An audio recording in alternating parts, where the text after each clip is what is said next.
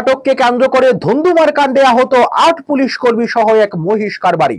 আহতদের মধ্যে এক পুলিশ কর্মী ও এক মহিষ কারবারি আশঙ্কাজনক অবস্থায় ধর্মনগর জেলা হাসপাতালে চিকিৎসাধীন। ঘটনা উত্তর ত্রিপুরা জেলার কদমতলার থানাধীন বরগুল গ্রাম পঞ্চায়েত সংলগ্ন ২০৮ বিকল্প জাতীয় সড়কের উপর। বরগুল থানায় বরগুলে একটা বৈশাখ গাড়ি আটকাইছিল।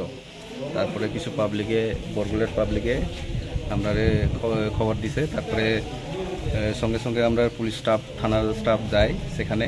তারপরে সেখানে ২-৩ জন যারা আসছিল, যে বৈশলিয়া কারবারি যারা করছিল, তারা আটকিয়ে এবং তারাকে মারধর করেছে। তারপরে আমরা পুলিশ স্টাফ তারাকে শিফটিং করানোর লেগে তারা ইনজুর্ড পার্সন তারাকে যখন শিফটিংয়ে হসপিটালে তারাকে লয়ে যায়, যখন তখন তারা আমরা উল্টা আক্রমণ করেছিল।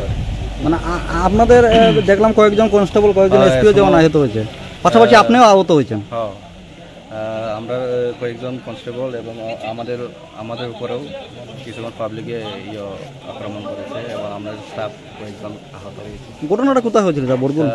বরগুল ওই new highway, national highway. Sir, এখন পর্যন্ত গুরুতর তো একজন কনস্টেবল আছে আমরা, আর আরেকজন এসপিও আছে, তাদের মাথার মধ্যে পাথর। আর মহিষের সাথে যাকে ধরা হয়েছিল তাকেও একজন আছে সিভিল, ইনজুর্ড আছে, হসপিটালে নেওয়া আছে, কদমতলা থানা চিকিৎসাধীন আছে।